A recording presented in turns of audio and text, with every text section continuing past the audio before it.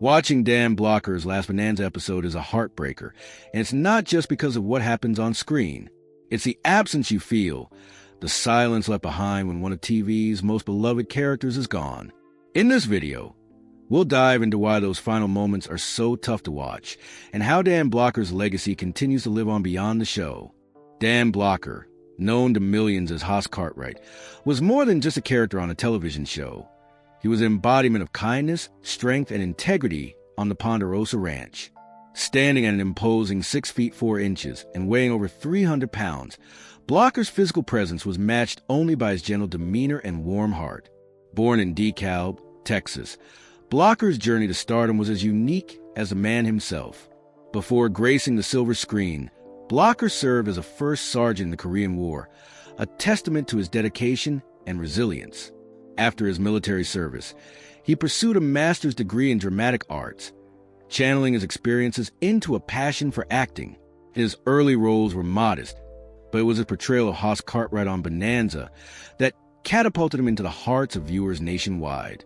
Haas was the middle son of Ben Cartwright, a character defined by his unwavering loyalty, infectious laughter, and a moral compass that always pointed true north. Blocker's portrayal brought depth and authenticity to Haas, making him a beloved figure in American households. His chemistry with co-stars Lauren Green and Michael Landon was palpable, creating a familial bond that resonated with audiences. Off-screen, Blocker was a devoted family man, married to his college sweetheart, Dolphia Parker, with whom he had 4 children. His commitment to his family mirrored the values he portrayed on television, further endearing him to fans. Despite his fame, Blocker remained humble, often shying away from the spotlight and focusing on his craft and loved ones. As Bonanza soared in popularity, becoming one of the longest-running westerns in television history, Blocker's role as Haas became integral to the show's success. His character provided a balance between the stern leadership of Ben and the youthful exuberance of Little Joe, creating a dynamic that kept viewers engaged season after season. However, behind the scenes, Blocker faced challenges. The demands of filming, coupled with his size, took a toll on his health. Despite these challenges, he remained committed to his role, often pushing through discomfort to deliver performances that captivated audiences. His dedication was unwavering, a testament to professionalism and passion for storytelling. Tragically, in May 1972, the entertainment world was rocked by the sudden passing of Dan Blocker. At just 43 years old, he died from a pulmonary embolism following gallbladder surgery. His death sent shockwaves through Hollywood and left a void in the hearts of fans and colleagues alike. The loss of Blocker was not just the loss of an actor, but the loss of a symbol of goodness and integrity. His absence was deeply felt on the set of Bonanza, and the show's future was suddenly uncertain. The question loomed: how would the series continue without its gentle giant?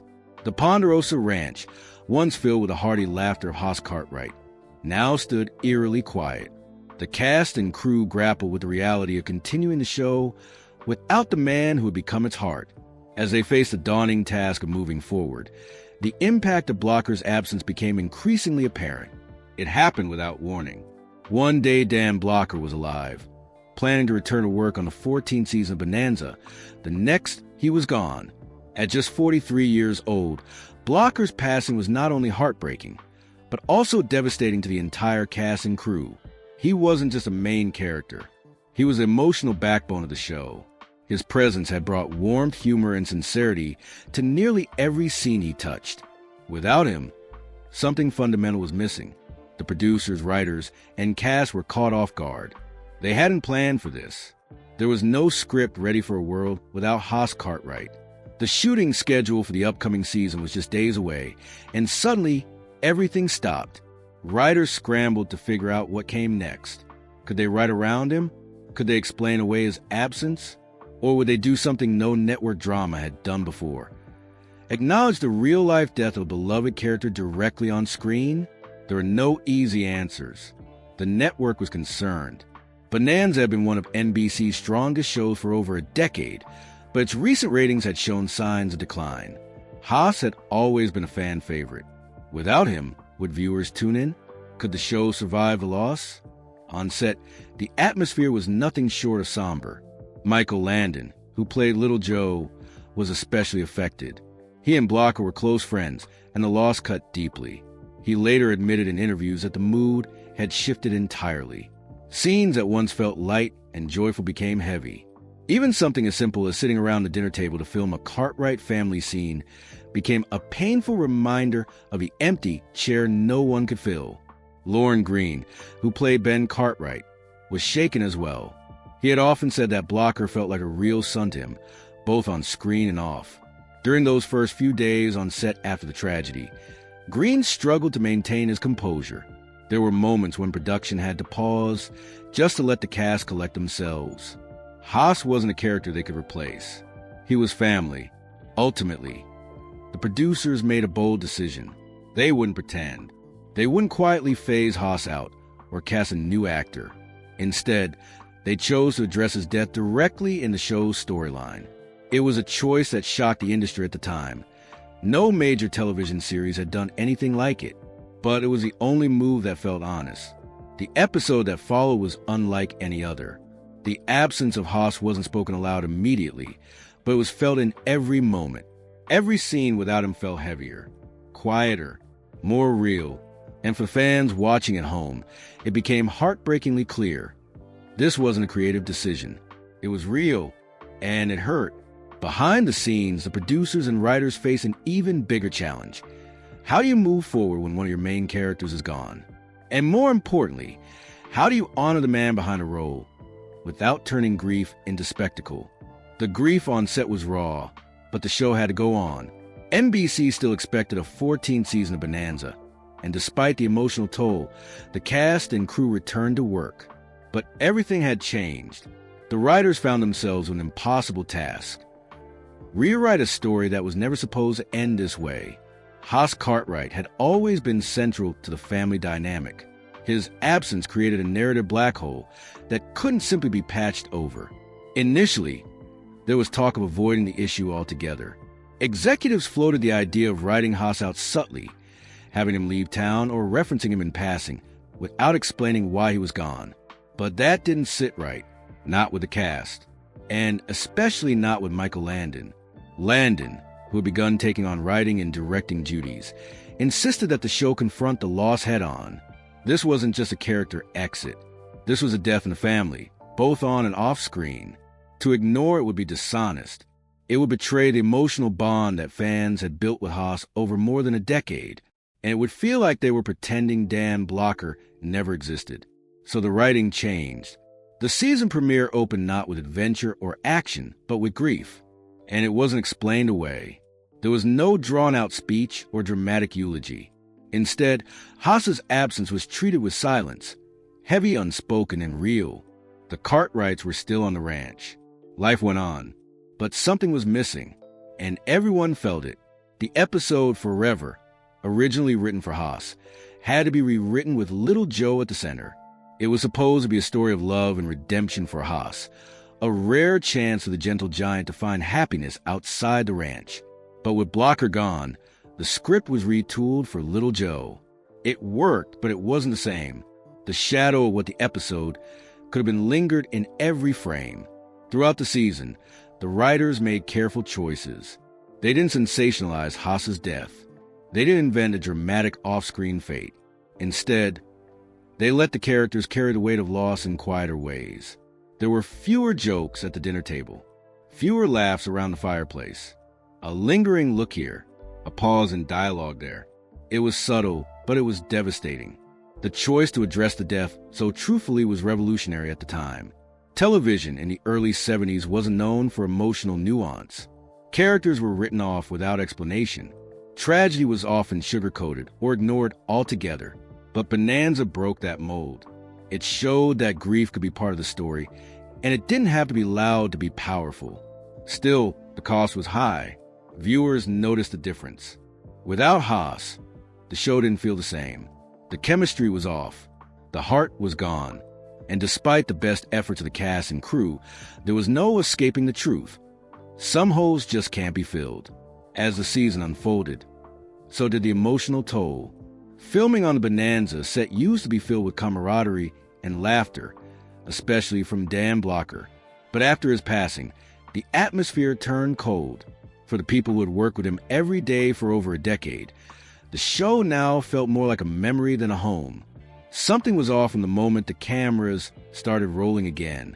The crew had returned to the same studio lots, same scripts, same costumes.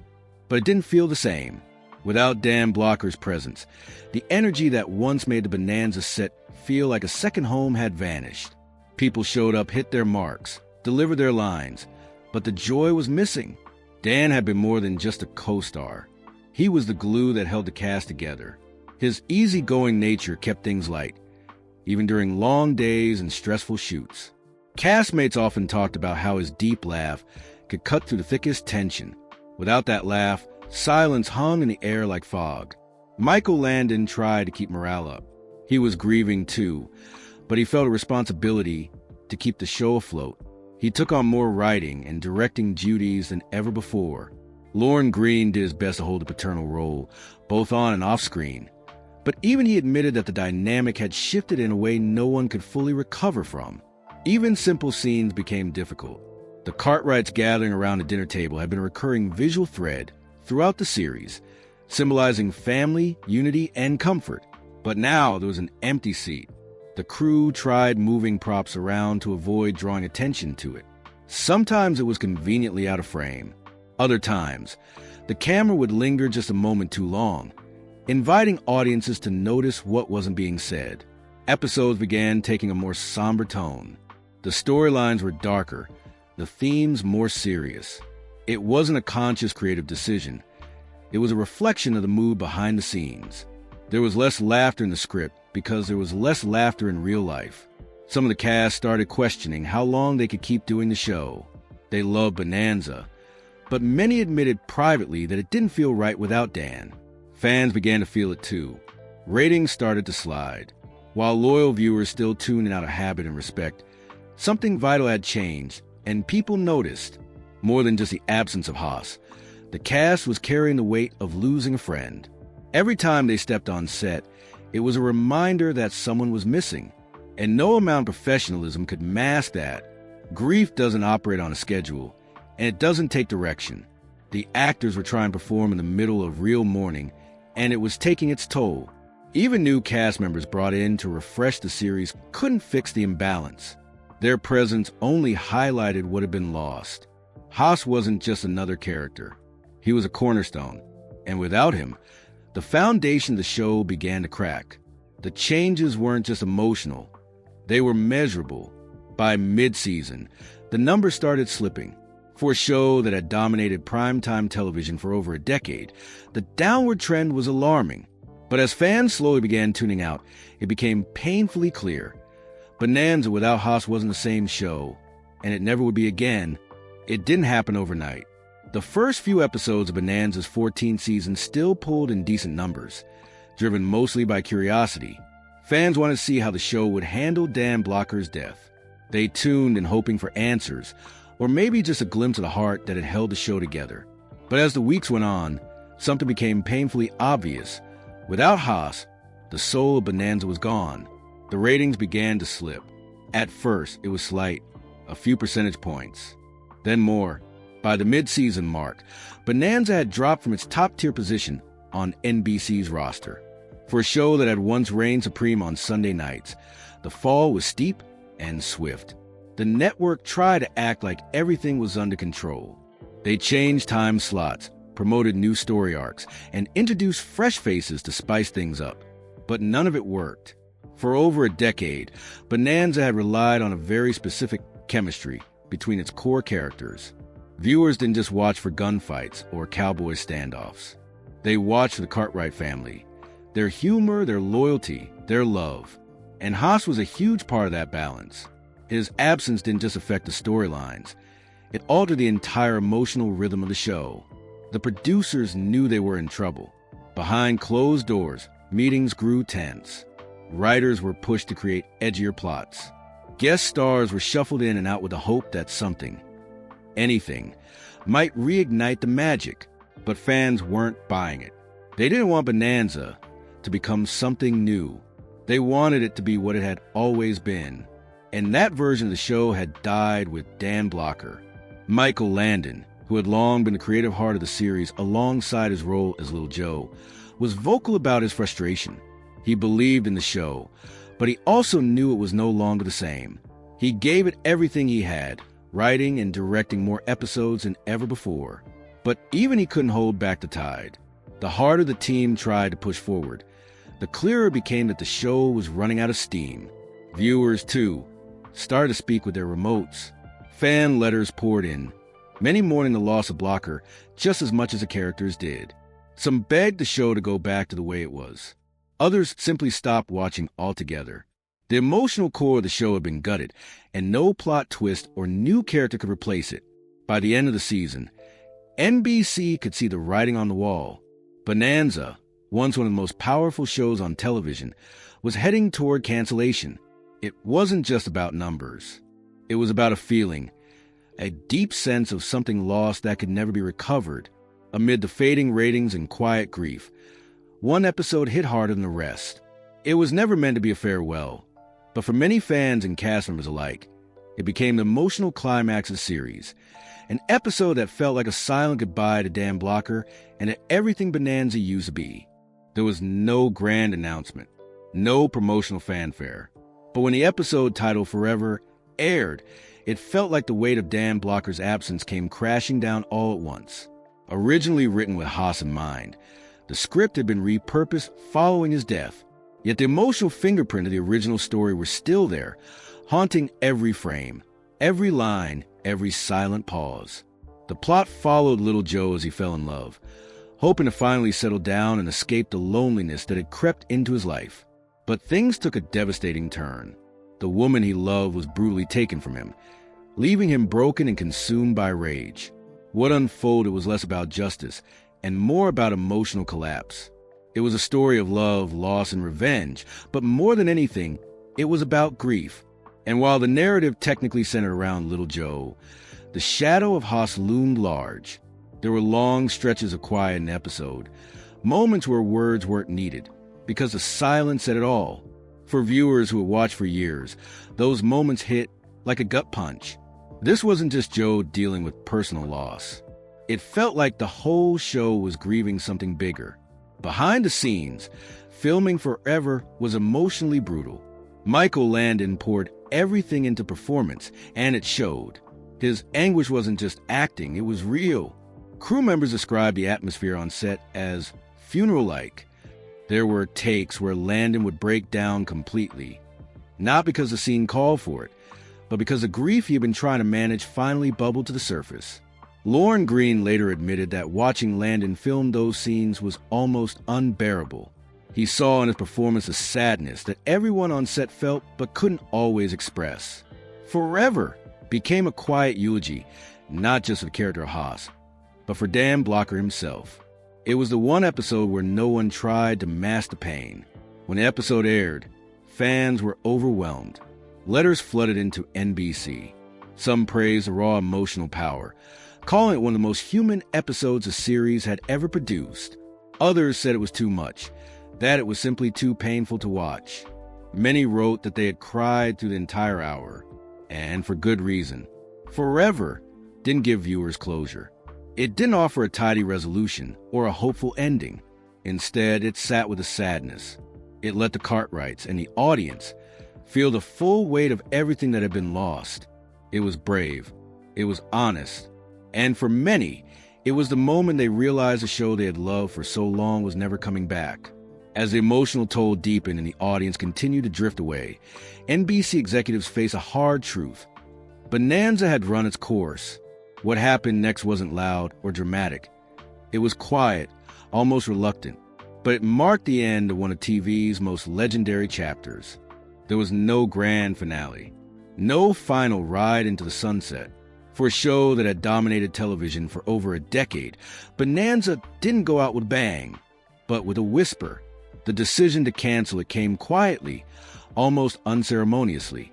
No press release, no farewell tour, just a memo passed down from NBC, sealing the fate of a show that once defined primetime television. Behind the scenes, the writing was already on the wall. The 14th season had struggled from the start. Ratings had steadily declined despite all efforts to stabilize the show. The energy was different, the chemistry off. No matter how strong the writing or how compelling the new characters, nothing could replicate the unique bond the original Cartwright family had shared. NBC had hoped the show would find its rhythm again. They had changed time slots, moving it from its iconic Sunday night spot to Tuesday evenings, but that only made things worse. Fans were confused. Viewership dropped further. It was clear. Audiences weren't interested in a retooled Bonanza. They wanted a show they remembered, complete with Haas. For the cast, the cancellation wasn't a shock. Most had seen it coming. The season had been emotionally and physically exhausting. Michael Landon, in particular, felt the weight of trying to carry a show that no longer felt like home. His creative contributions had expanded significantly, but the emotional burden of Dan Blocker's absence was still heavy. Lorne Greene, too, since the end. As Ben Cartwright, he had been the steady patriarch for years. But even he admitted that the family dynamic had unraveled. Off camera, he spoke openly about the fact that Bonanza, without Haas, simply didn't feel right. And the fans agreed. The network made the decision in early 1973.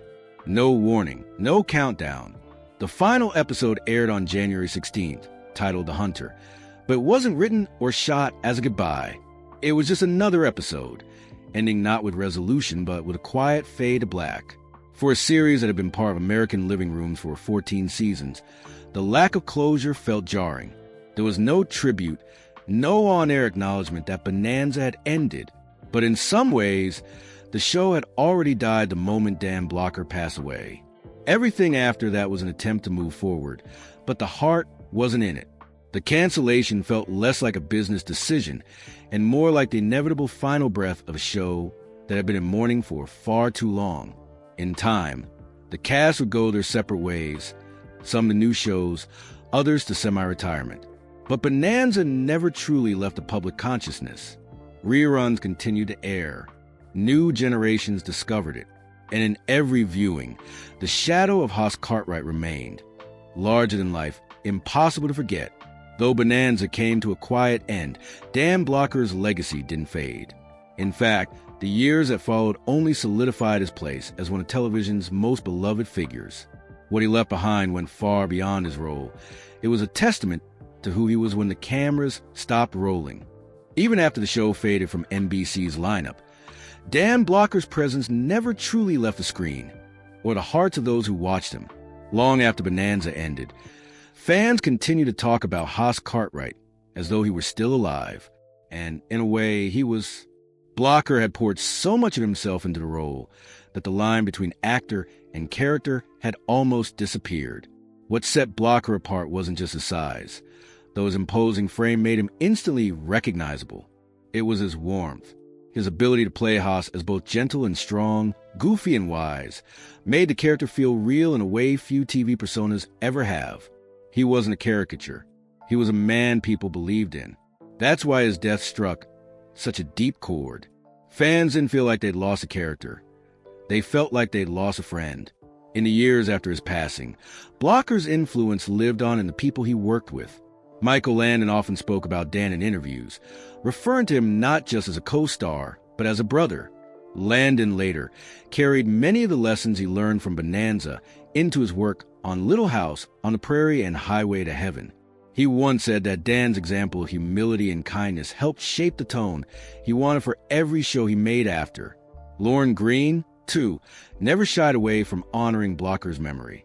Even as he took on new roles in the years that followed, he remained closely tied to the legacy of Bonanza and its original cast.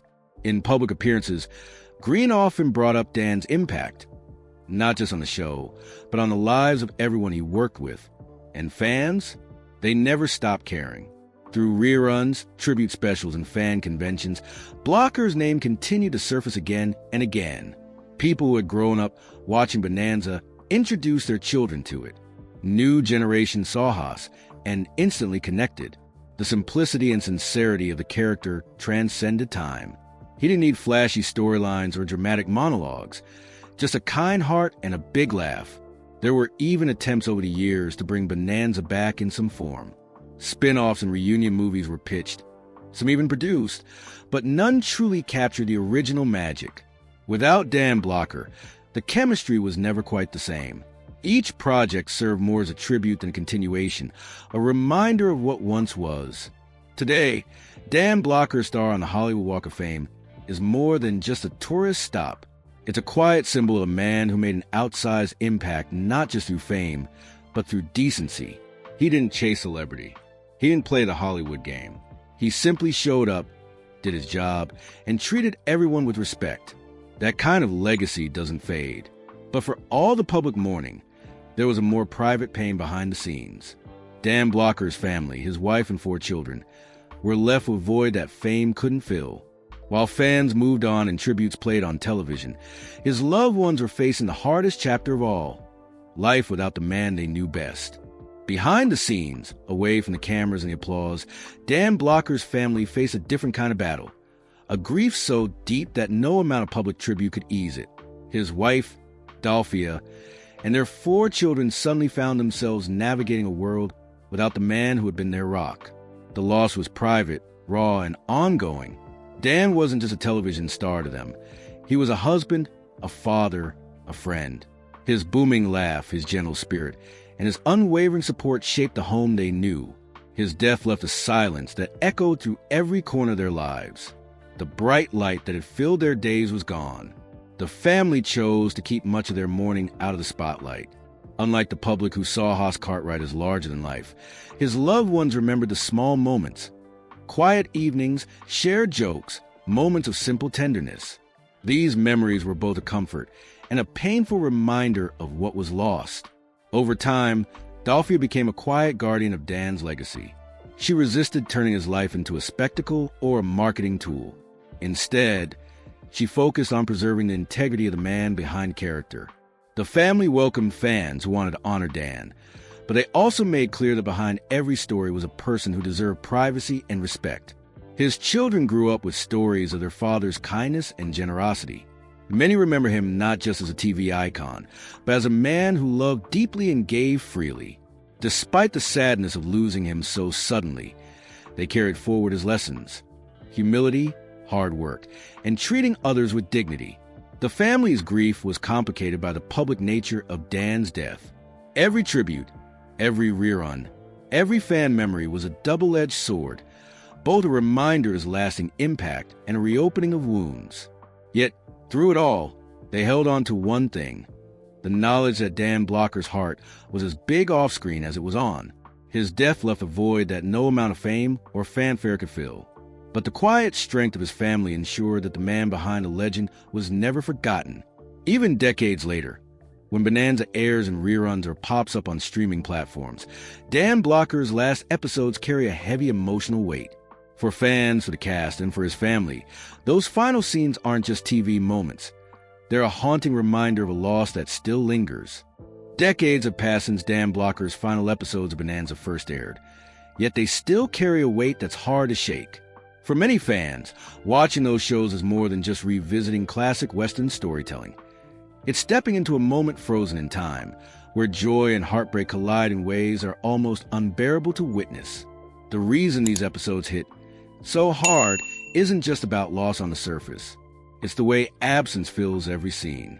Dan's towering presence is missing, but the space he left behind feels bigger than anyone expected. Viewers sense the void in the interactions between characters, in the silence that lingers just a little too long, and in the stories that suddenly feel incomplete. For longtime fans, these episodes are reminders of the fragility of life itself. They show that even the strongest figures can vanish suddenly, leaving those around them struggling to move forward. There's a rawness in the way the show tries to carry on without him, like watching a family trying to smile through tears. Cast members have shared how difficult it was to watch those final episodes again. Michael Landon described it as reliving a wound that never fully healed, and Lorne Greene called it a testament to what Dan meant, not just to the show, but to all of us.